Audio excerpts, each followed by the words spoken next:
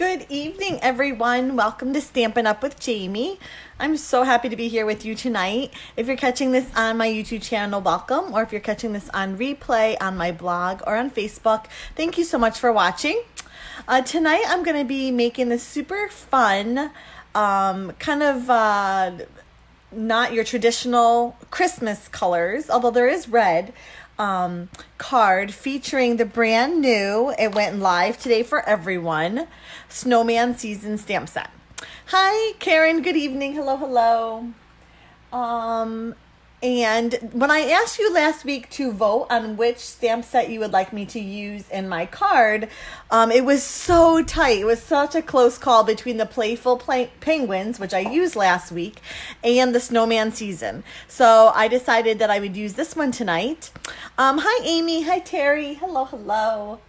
And I'm really pleased with how this card came out. I have to admit, I started off in kind of a completely different direction.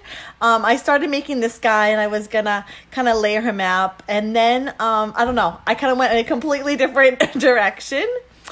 Oh, hi, Lisa. Thank you so much. And I did some watercolor technique, which I have to say is something I don't normally gravitate towards. I don't normally... I usually do more like the Stampin' Blends markers, but I really love a watercolor wash, and we're going to do that for you tonight. And I did a little bit of the Emboss Resist in the background. As you can see, there's not like a sentiment out here up front. It's kind of subtle in the back, and it kind of catches the light when you get it. You kind of have to wiggle the card around a little bit. So let's start off. My card base is real red, so it's like the traditional red color, which I love so much. This is 5.5 by 8.5, and then scored at 4 1/4 in the middle. Hi, Linda. Good evening. Hello. Then you're going to need 2 panels, one of Pool Party cardstock. So my color in the background here is actually Coastal Cabana, but I wanted a little bit more subtle blue, so I went with Pool Party for the background color. Hi, Roz. Good evening. And then you're going to need a piece of watercolor paper. This is very important. I first started this technique and I was using the shimmery white cardstock, which is good for watercolor. However, we kind of doused this. You're going to see I'm going to do it for you. We doused this in water, and it just wasn't quite thick enough to hold up to it. Hi, Paula. Good evening, Lori. So you're going to definitely want the watercolor paper. This is nice and thick. It's very sturdy. It'll definitely hold up to all the water that we're going to put on it. And you're going to notice that it is more of like a very vanilla color than white, but I don't know. It didn't bother me. Sometimes I have to only use very vanilla, but I still used Whisper White for our snowman. Okay, so let's just dive right in. Let me tell you the measurements of this guy.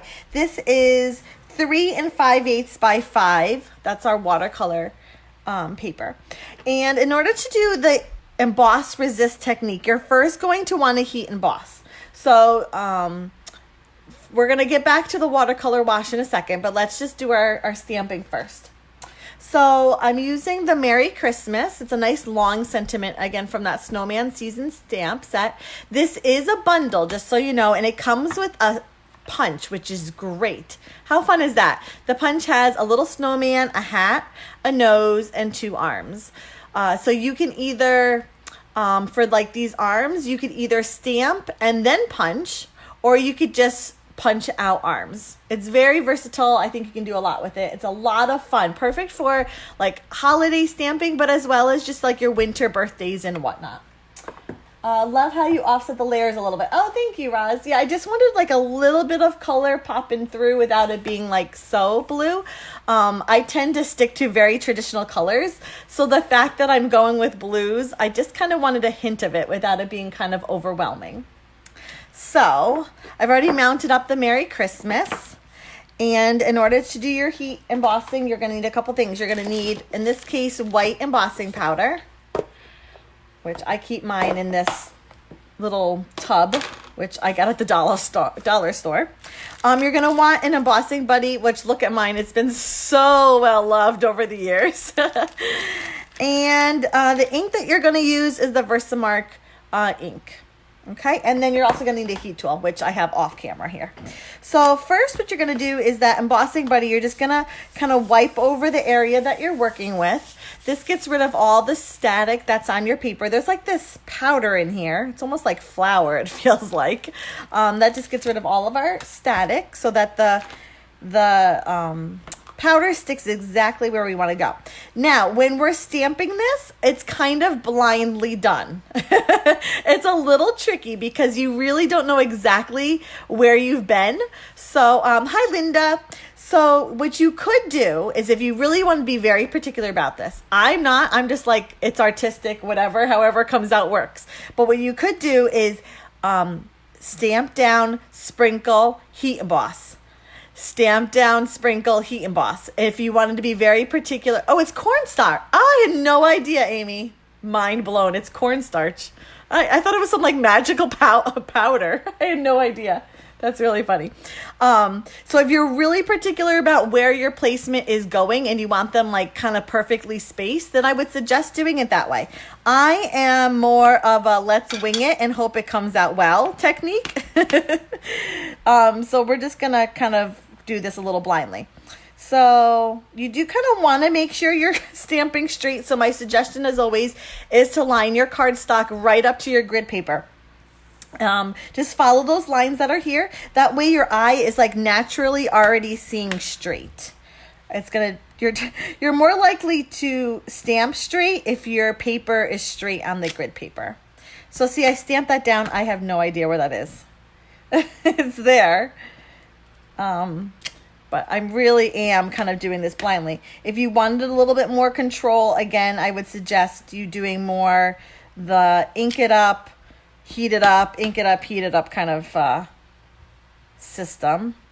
But honest to goodness, I don't think we can really mess this up. I mean, maybe you could. You kind of have to just, I don't know, go in a line. That would be my suggestion. So I did it I think I did it 5 times. So you have the words kind of scattered all around. Next, you're going to just generously sprinkle it. Oh, look at that. I overlapped a little. You can't tell that. But I overlapped that one. I guess that's where my snowman's going, is going to cover that. Oops. I totally overlapped it. It's artistic. That's what I said I was going for. Nothing magical about it. Just cornstarch, huh? I honestly did not know that. I had no idea. Hi, Lynn. Good evening. So now that I've generously covered it with the powder, there you go. See my overlap there? Oops. You're going to heat your heat tool. Be careful because this thing gets really hot. And you're going to heat until it goes from a powder. There it goes. To nice and shiny. Once it's shiny, you're good to go. It says like Merry Christmas, Merry Christmas. I got to turn that around or else I'm going to burn my fingers. Okay, perfect. Let me do a little bit there. Okay, so again, once it's all glossy, you're good to go. See? And I just give it a second to kind of set, to cool off, because one time I did it when it was still really, really hot and it smeared it. So I like to just let it cool down for a second. Okay, so next to do the watercolor wash, you just need an ink pad. And there's a couple of different ways you can pull the ink off of the ink pad. You could take a block, such as this, any block that you may have, and dip it into your ink pad. And then now you have the ink there, and you could pull it from there. But honestly, what I usually do, because I like to keep things just kind of compact and less messy, is I just kind of push the ink pad case to the pad, and it gets the ink over here, and that's the ink I pull from. So I'm using our aqua painter, and all you're going to do is when you first get it is you're going to unscrew it and you're going to fill it with water. There's water in this little tube here, and there's like this little contraption. It's almost like a spiral something or other. I don't know how it works, but in order to get the water from here to the tip, you need to kind of squeeze it a little. So give it like a little squeeze, and that kind of pushes the water that way. And we're going to cover our space that we're working with generously with water. So this isn't like your dry coloring. No, like this is, my paper is really, really wet. Can you see the glare off of it? And then all I'm going to do is take my, pick up some color and see, I almost want it even wetter. I want it so that when the ink hits the paper, it literally is like floating in the water. And if you find it's a little on the dry side as you're doing this, you can just squeeze the aqua painter a little bit more and that will push the water.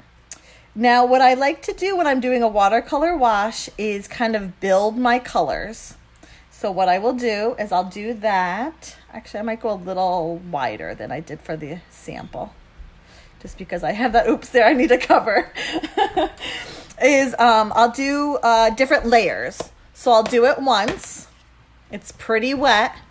And then I'm going to take my same heat tool and just dry it. It takes all of a few seconds for it to dry. And you can see it kind of isn't as intense, the color, once it dries. It really does kind of become a muted. And you get this beautiful kind of water lines. See, there's like these water marks, which are so, so pretty. That's what I love about water color washing, is that you get these like ripples almost. So I'm going to repeat again, just douse it in water. I guess I should have dried that a little bit more because it lifted the color. Dry it well, and then I'm going to create like new watermarks. So in some areas, I'm just kind of letting the color concentrate a little bit more, while other areas are going to stay a little lighter. And as long as I'm adding new ripples to it, so to speak, I'm going to get different watermarks. Watermarks, is that what I want to call it? Whatever that look is, where it's kind of rippled. So I'm going to dry it again. This one I'm going to let it dry a little bit longer. It needs to be really, really dry. And you can see that the ink isn't resting where I stamped. It really does resist it, hence the name of the technique. And I think I'm going to do it one more time because I want the color nice and vibrant. And I'm going to add some water. And actually, I think I need a little darker. Like that. Let me squeeze it one more time. Oh, that didn't really work. Squeeze it well. There we go. And maybe I'll make it a little darker over here this time. And down here maybe. And here. So this is Coastal Cabana again. A nice kind of, it's good for like snowmen. I like this color. It's not your traditional colors, but I think it's pretty when it comes to snow and mixed with the red. I think it looks really pretty with the red. Okay, so then if you're not sure how this works, I'm looking for a scrap piece. I literally just cleaned my garbage. Okay, so you get a scrap piece of paper. To clean your aqua painter, you just kind of paint until it goes clear. Once your water runs clear, your aqua painter is clear. And when you order them, they come in a set of 2. One tip is a little thicker than other. And I just need to dry this one last time. Don't stay in one spot too long because you can burn the paper and you don't want that. And if you want to prevent burning, you could even heat the back of the cardstock, the watercolor cardstock. And there you go. So see what I was talking about? You get all these kind of like ripples and whatnot in there. Because you've layered it. And you could also, I kind of wanted to stick to one color, but you could mix in like a Bermuda Bay in this, or even like a yellow would be really pretty just to kind of give different hues. But I stuck with one because you can definitely get different variances of the color. So one color, but different variances. So next I'm going to set that aside and let's work on our snowman. He's so cute. I love snowman. I am such a sucker for them. I love them so much. I love decorating with them. They make me happy. I love building them in the winter time. Oh, thanks ladies. So I'm using, where did I put the stamps at? I'm using this guy here. That's going to be our snowman.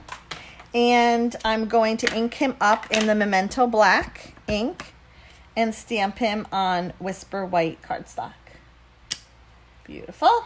I love when things work the way they should. Actually, while I have that out, let's just keep stamping everything I need to stamp. So we're also going to need 2 arms. So 1 arm, and let's do the other one over there. 2 arms. Stamp once, cut, no. Cut once, stamp twice, whatever the phrase is. Oh, you hate the snow. Oh, Linda, I love the snow. I'm one of those weird people. I actually like winter. I prefer winter over summer. I just don't like the heat. I'm not a heat person. Okay, so punch. Ta-da! And these arms line up in the little arm guy, which you gotta find the one that you stamp. There it is. And get rid of the others. And again, you could just, I took soft suede cardstock and I had just punched out the arms and it looked fine, but I think I like the stamped arms for this project at least a little better. And then you're going to need a little piece of basic black cardstock. Now, you could stamp this hat and color him in and punch him. He fits in the punch as well. But I just liked a simple black hat, honestly. So the hat is there, and we're just going to punch it out like so. So here's our little snowman. Now I did give him a little bit of color. So where are my blends? I took a light Pool Party Stampin' Blends and very, very subtly, you can barely even see it on the actual snowman. I gave him a little bit of a shade on his body and then down here as well. Ever so subtly. You can't even hardly notice it. But just to add a little bit of depth to him. And then he needs his nose colored in, so I used light pumpkin pie first. And then took the dark pumpkin pie and added just like a ever so line to give a little bit of a shade. Okay, so let's start building here. Here's our cardstock. And first we're gonna do that pool party, and I gotta find my adhesive wherever there it is. Gets crowded over here. I have a hard time remembering where I left everything. So, this is again pool party. I'm gonna offset it just about as much as I can, so it's not going off there or there. It's kind of hitting both points. Now you're gonna see, because I've doused this in water and then heat set it, it's kind of warped. See how it's kind of like not perfectly straight. I'm not normally one that goes crazy with adhesive. I kind of use it sparingly. However, when I heat emboss or use an aqua painter, I do like to generously apply the adhesive to kind of hold it down flat. And I want this one kind of straight. It's offset from the pool party, but it's straight on the card. Okay, so that's where we're at. Next, we're going to build our snowman. I feel like Anna from Frozen. I feel like I should sing, "Do you want to build a snowman?" I just put a little bit of adhesive on the back for his arms. Doesn't take a whole lot to hold his arms on there. If you wanted a little sturdier, you could use liquid glue. But I find this stuff works just fine. And I adhered him down with Stampin' Dimensionals because, of course, always. Actually, I think I'm going to put 3 because I don't want him going anywhere. And those are stickers. You just got to pull the sticker off. And I'm going to strategically place him over my oops. So see where I made the Christmas and the Merry overlap? I probably would put him normally more a little bit to the right, but for the sake of covering my oops, I'm going to put him there. That's not really where he's intended to go, but that's where he's going to go for now.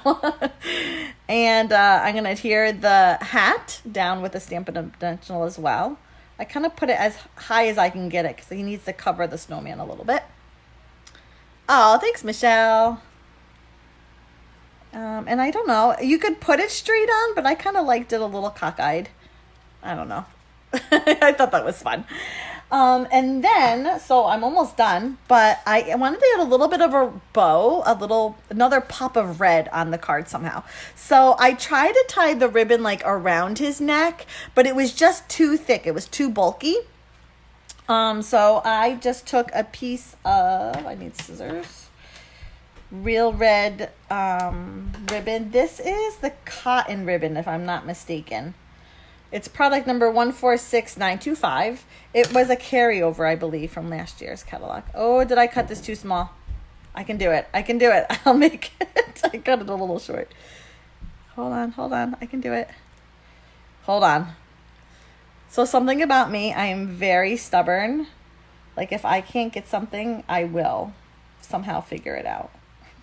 I may have to give up and just cut another piece. But it's right there. There we go. Nope. Oh my goodness. Okay, so anyways, this snowman went live today. This bundle, the snowman season bundle went live today. That's too small. I gotta cut another one. So you can order him as of today, which is very exciting. Can you see my stubbornness? Like I am determined to get this thing to work, but it may be too small. Actually, it's kind of just right. I'm so stubborn, ladies and gentlemen. I think it works. Yeah, that works. It's a little more shredded. The snowman's a little been through the ringer a little bit more than the other one. And this is what I do when I'm adhering down ribbon and it takes a little while for it to dry. You could use a glue dot, but for certain, the liquid glue is just a little bit more permanent. Like this guy's not going anywhere. He's on there. Well, I mean, you could rip him off, but you'd have to really put some effort into it. So what I do is I put it could be ribbon. It could be cardstock. It could be something else that you're looking to adhere using glue. I put it on like that. And then I take, I take a block and I just set the block on top. And I literally walk away and just let it dry. And I did it with this guy. I came back within an hour or so, pulled the block off, and that bow's on there. Not bow, tie is on there. So he's going nowhere. So that's the card for tonight. That one I'm not going to lift off and show you our finished project, but it's pretty much identical. The thing about the watercolor wash is that you're never going to get it exactly the same. It's always going to be a little different, which is kind of fun. No two cards will be identical, so they each kind of have their personality, which is great. If you have any questions about any of the product I've used, if for some reason you haven't yet received a holiday catalog, I would love to get one in your hands. Just let me know and I would pop one in the mail for you. And if you've been watching and haven't yet left a comment and would like a chance to win tonight's card, go ahead and leave a comment. Still there's time. And as soon as we're done here, I'm going to pop all your names in a hat and draw someone's name to receive tonight's card. So thank you everyone so much for watching. I so appreciate it. And I will be back next week and hope to see you then. Bye-bye.